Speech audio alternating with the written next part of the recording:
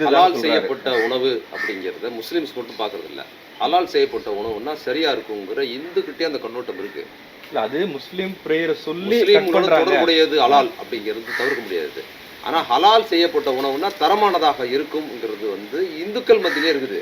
இந்த மரமண்டைக்கு அது புரியலன்னா சொல்லியிருக்கணும், தலையிலே கொட்டி அவன் கஸ்டமரு அதனால சொல்லியிருக்க முடியாது. தலைமையிலே கொட்டி வைக்க சொன்னது இந்து தாயா, இந்த ஹோட்டலே இந்து ஹோட்டல் தான் அப்படின்னு சொல்லியிருந்தேன். அந்த ஹோட்டலே இந்து ஹோட்டலு.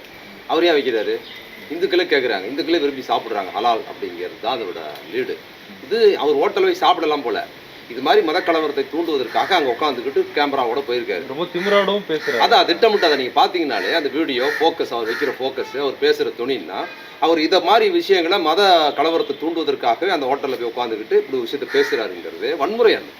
இதுக்கெல்லாம் ஒரு வழக்கு பதிவு பண்ணோம், இது மேலே பதிவு பண்ணி கைது பண்ண இந்த மாதிரி நபர்கள் வேணுமுன்னே தூண்டுற மாதிரி பண்ணுறாரு. நீ என்னன்னா ஏன் இந்துக்கள் மீது திணிக்கிறீங்க? இந்துக்கள் தாங்க முஸ்லீம் ஹோட்டல்ல சாப்பிட விரும்புறாங்க.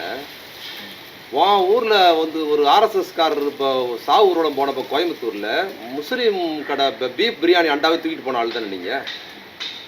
ஒன்று தெரிஞ்சிங்க, அது என்ன காழ்ப்புணர்ச்சி. நீ சொல்றதை இந்துக்கள் ஒத்துக்க மாட்டாங்க, இந்துக்கள் விரும்புறாங்க.